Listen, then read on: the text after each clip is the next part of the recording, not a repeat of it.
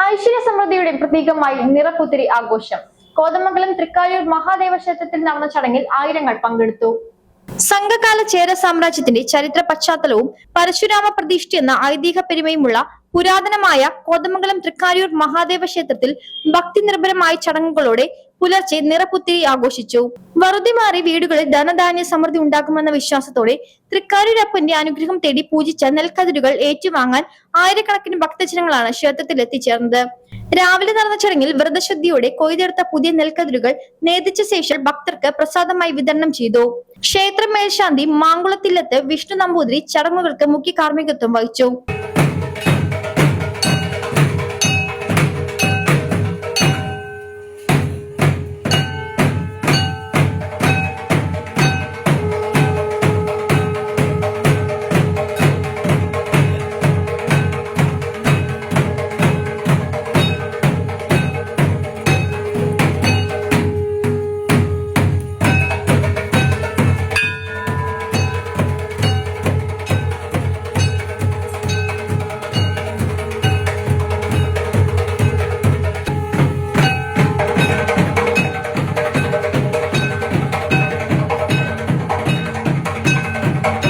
Life Malayalam Kothamangalam.